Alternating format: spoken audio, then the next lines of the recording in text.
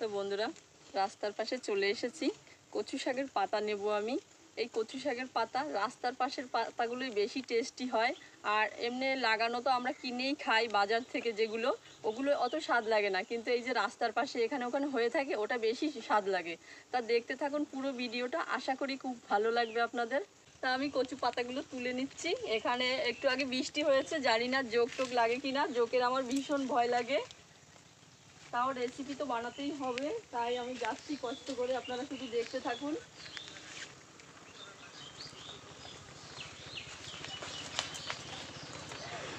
বিশাল খারাপ, অনেকটা চলে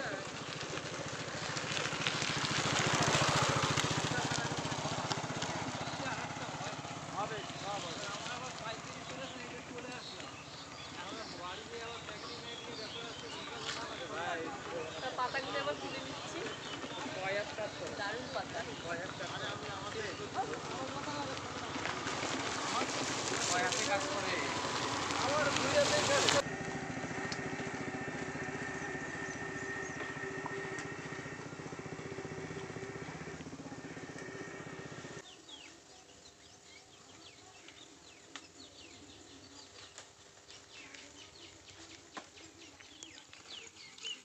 তা বন্ধুরা, জোক দেখে পালিয়ে এসেছি, এত ভয় লাগছে আমার, জোক দেখলেই গার মধ্যে কেমন একটা লাগে, এই থেকে চলে আসলাম।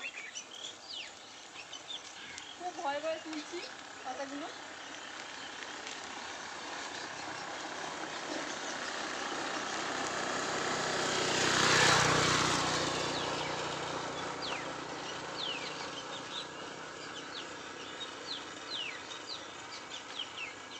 আপনাদের সুন্দর সুন্দর রেসিপি দেওয়ার জন্য আমি রাস্তাঘাটে যেখানে সেখানে চলে যাচ্ছি, আপনাদের একটু ভালোবাসা পাওয়ার জন্য।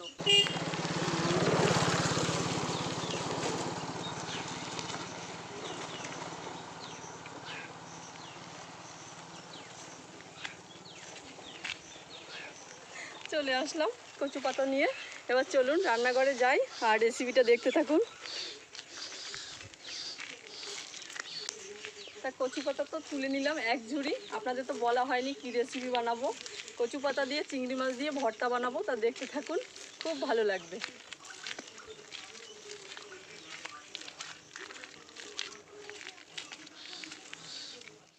তা বন্ধুরা, কচু পাতা নিয়ে আমি চলে এসেছি আর ভালো করে ধুয়েও নিয়েছি। এবার আমি কেটে নেব কচু পাতাগুলো। আর দেখুন ধুয়েছি বলে কতটা ফুলে গেছে।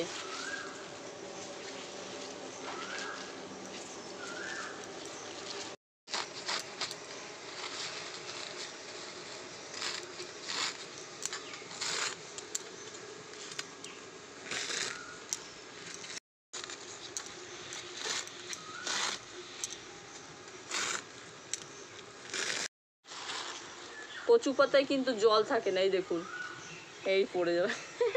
বেশ ভালো লাগে, বৃষ্টি পড়লেও কি সুন্দর জল পড়ে যায়, ঝাড়া দিলেই জল পড়ে যাবে, সব জল।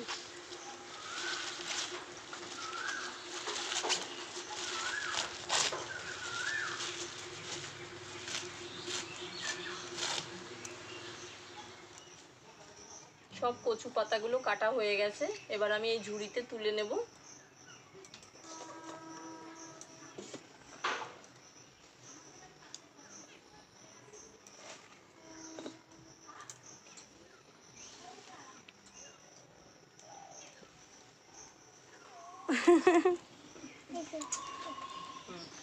পিয়ার। তো কচু পাতাগুলো কুচানো হয়ে গেছে, আর এদিকে আমি যা যা লাগবে সমস্ত সবকিছু গুছিয়ে নিয়েছি। আর এদিকে কড়াইটাও বসিয়ে নিয়েছি, এই শাকগুলো আমি দিয়ে দেব।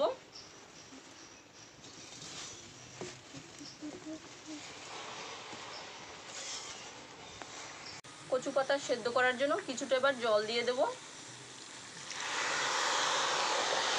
এবার দিয়ে দেব লেবু। আমি অর্ধেকটা লেবু নিয়েছি, চিবড়ে রসটা দিয়ে দেব।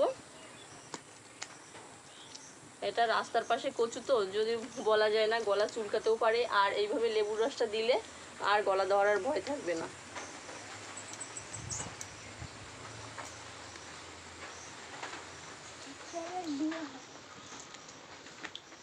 এবার একটা ঢাকনা দিয়ে ঢাকা দিয়ে দেব। তো এবার চাপাটা একটু তুলে নেব। একটু নেড়ে দেবো উল্টে পাল্টে, তাহলে সব সেদ্ধ হয়ে যাবে ভালো করে।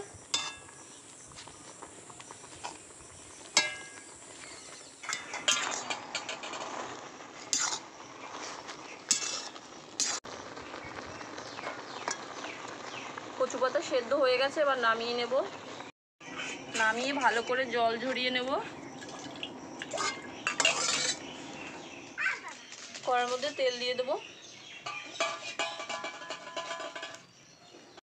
তা কচু পাতার ভর্তার জন্য আমি চিংড়ি মাছ দেব। চিংড়ি মাছ দিলে আরও টেস্টটা বেড়ে যাবে, দ্বিগুণ বেড়ে যাবে। এবার চিংড়ি মাছগুলো প্রথমে ভেজে নেব আমি।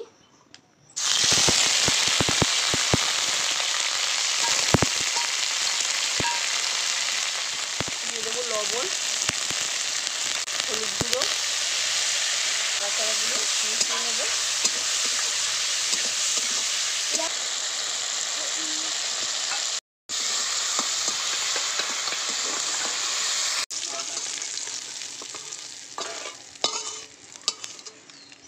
এবার কড়ার মধ্যে আরেকটু তেল দিয়ে দেব। দিয়ে দেবো দুটো শুকনো লঙ্কা, কটা কালো জিরে হাতে ঘষে দিয়ে দিলাম। এবার দিয়ে দেবো থেতো করে রাখা রসুন। রসুনটা আমি একটু বেশি করেই দিলাম, এতে ভর্তাটা খেতে ভালো হবে বেশি।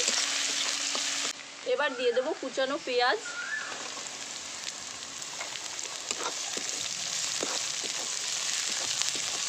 দিয়ে দেবো কাঁচা চেরা লঙ্কা,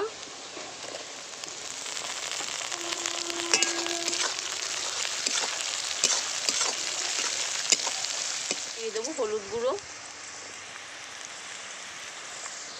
দিয়ে দেবো একটু লঙ্কার গুঁড়ো। এবার দিয়ে দেবো লবণ পরিমাণ মতো।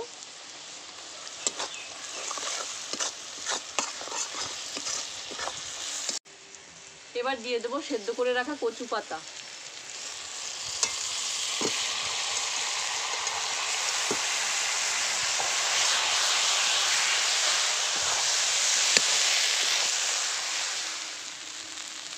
এখানে আমি আগে থেকে একটু তেঁতুল ভিজিয়ে রেখেছিলাম। এবার এই তেঁতুলগুলো জলটা দিয়ে দেব।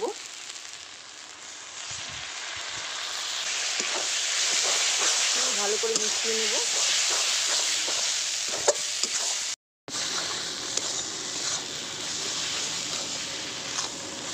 এবার ভেজে রাখা চিংড়ি মাছ দিয়ে দেবো।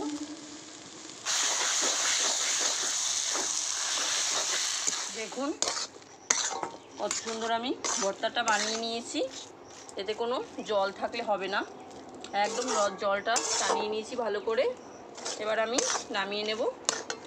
আপনারা চাইলে মিক্সারে পেস্ট করেও নিতে পারেন, আমি কিন্তু সেটা করব না। আমার এভাবেই খেতে ভালো লাগে, তার জন্য এভাবেই নামিয়ে নেব।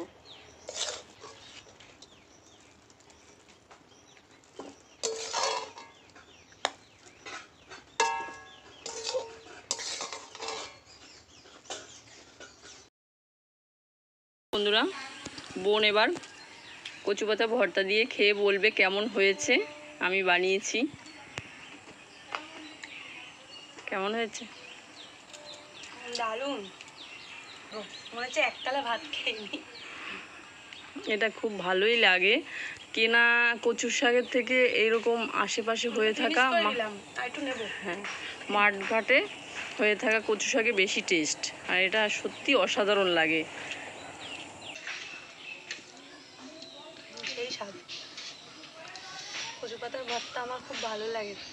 ভালো লাগছে? হেভি হয়েছে।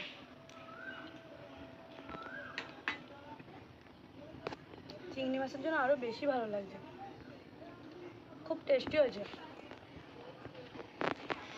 বাড়িতে না বানিয়ে খেলে বোঝা যাবে না।